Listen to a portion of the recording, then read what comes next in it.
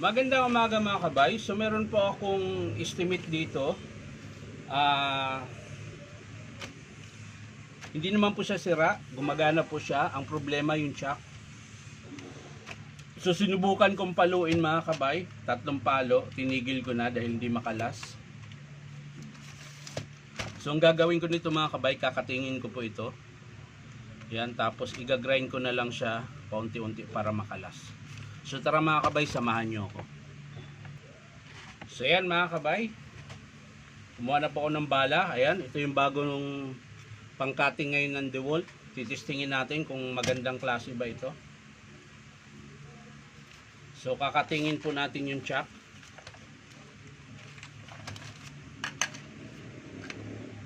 So ingat-ingat lang mga kabay pag nag-cutting. Lalo na pag katulad nito walang guard. Ayan. Kahit ako hindi ako bihasa sa pagka-cutting mga kabay. Ayan.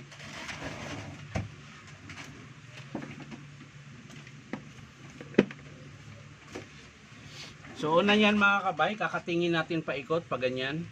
Ayan. Tapos tatanggalin natin to. Tapos yung sa gitna, yung purong bakal, igagrind ko yun paunti-unti. So ngayon kakatingin natin yung asiro po kasi ito, yung ano, to matigas po ito. Lalagay lang natin sa ano para hindi siya iikot. Yan. So kakatingin na po natin mga kabay.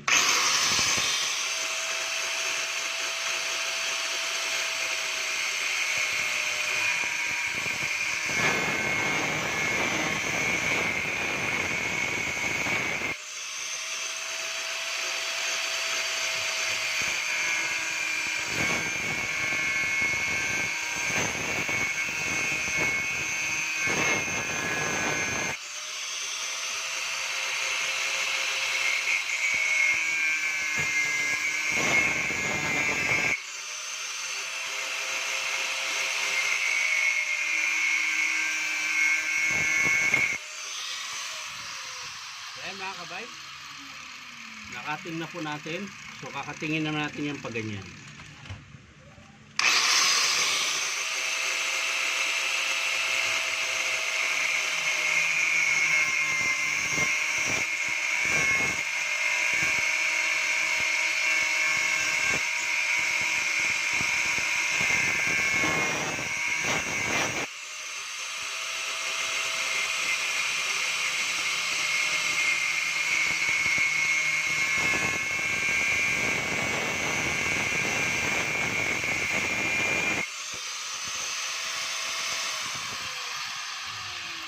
Tapos sabay nating sikwatin ng flat screw mga kabay. Yan. Medyo may katigasan po ito mga kabay. Ayan. Pero pag natuklap mo na siya, kakalas mo na siya. So yan na po yung tsura niyan mga kabay. Ayan. So itong plastic mga kabay, kakatingin din natin.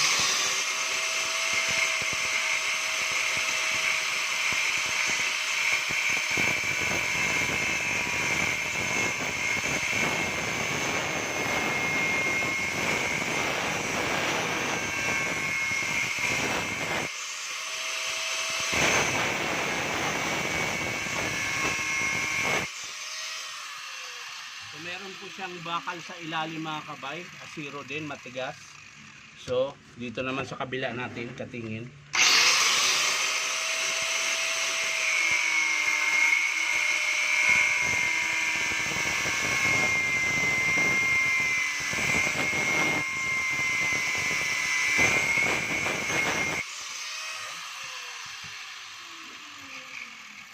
So nakating na natin mga kabay, sisikwatin din natin ulit. Ayan.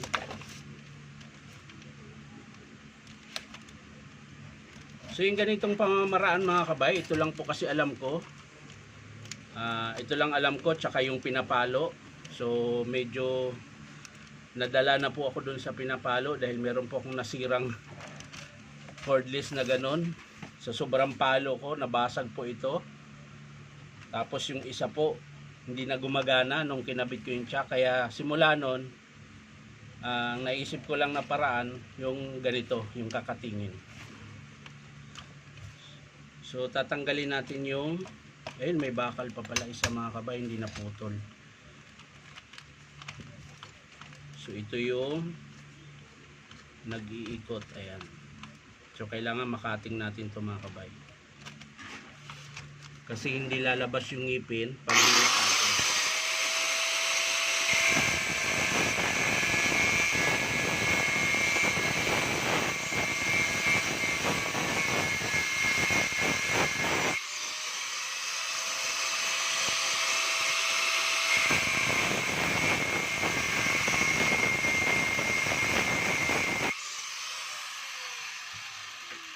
Kaya mga kabay, nakating na po natin yun. So pag nakating na natin lahat yan, sisilsilin nyo na yung ngipin, ayan, palabas, pa isa-isa lang.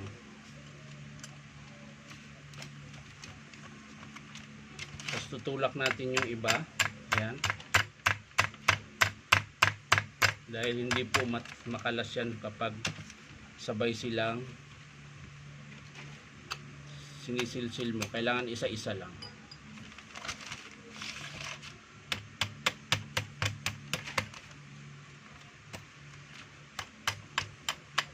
So sa akin palagay mga kabay, ito yung pinaka-safe para hindi natin masira yung unit. Pero kung meron kayong ibang pamamaraan na mas madali, comment nyo po dyan sa baba para at least malaman din po ng iba. So yan na mga kabay, natanggal ko na po. So ang gagawin ko na naman mga kabay ay iga-grind ko ito, pero katingin ko muna nung disc pag ganon, para po makalas ito, tsaka bago ko siya iga-grind ng pang-grind. Ayan, pudpud na po yung pang-grind ko mga kabay. So kailangan kong kumuha ng pang-grind. So ayan mga kabay, puputulin ko muna pala ito. Ito. Kalimutan ko.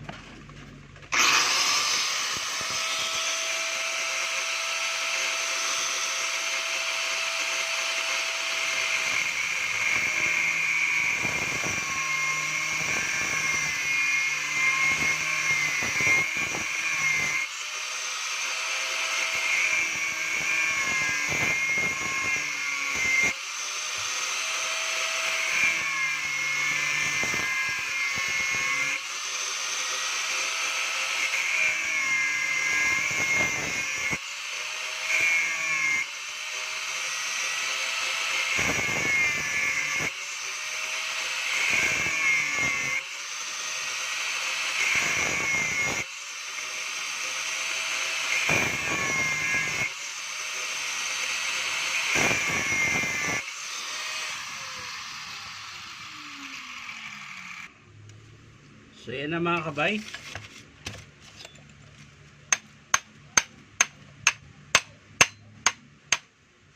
So medyo matigas pa rin mga kabay, kahit nakating na natin yun. So syempre sa pagkating yan mga kabay, kailangan unti-unti lang para hindi po tamaan yung spindle nya, yung pinaka-thread nya. Ayan. So ngayon mga kabay, kakatingin naman natin pa ganyan.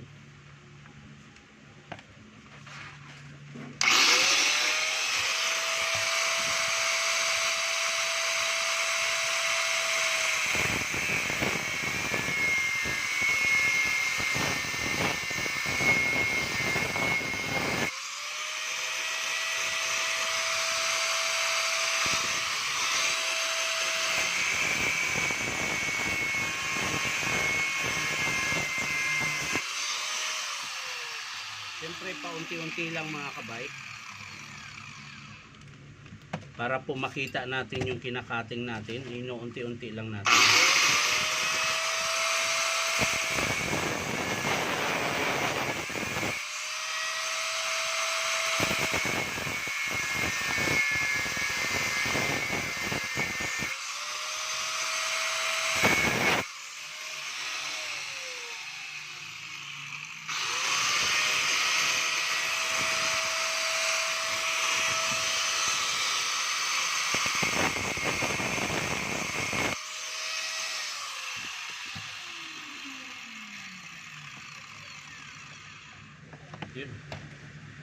Lalim pa mga kabay.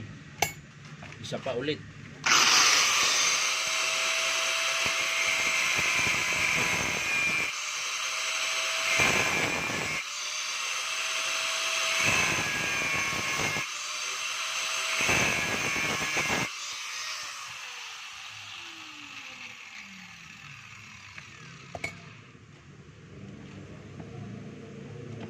Malayo pa.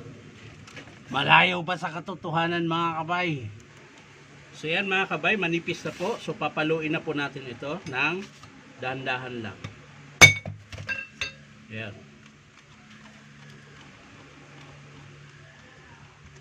So yan mga kabay. Nakalas po natin.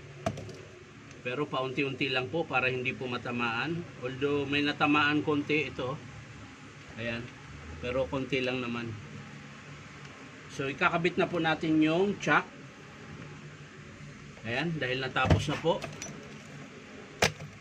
Pero bago natin nakalas mga kabay, gutay-gutay muna yung chuck. So ito na po yung bago. Ayan.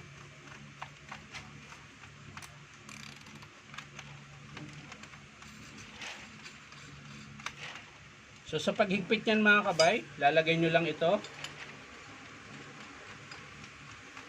Kahit anong alin range dyan, kahit maliit, pwede. Tapos papaluin nyo naman po papunta roon.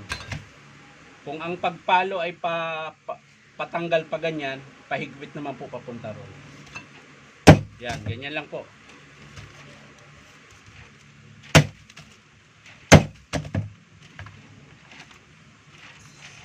So okay na po yun mga kabay. Chuck lang po yung pinalitan natin. Pero yung chuck sa customer, so ang babayaran lang po niya dito ay labor lang po na 400 pesos. Ayan. So yan lang mga kabay. Maraming salamat sa panunood at palike and share na rin po. At syempre po baka naman pwedeng subscribe nyo po ito aking YouTube account na Inom Tabay. So maraming salamat mga kabay. Bye bye.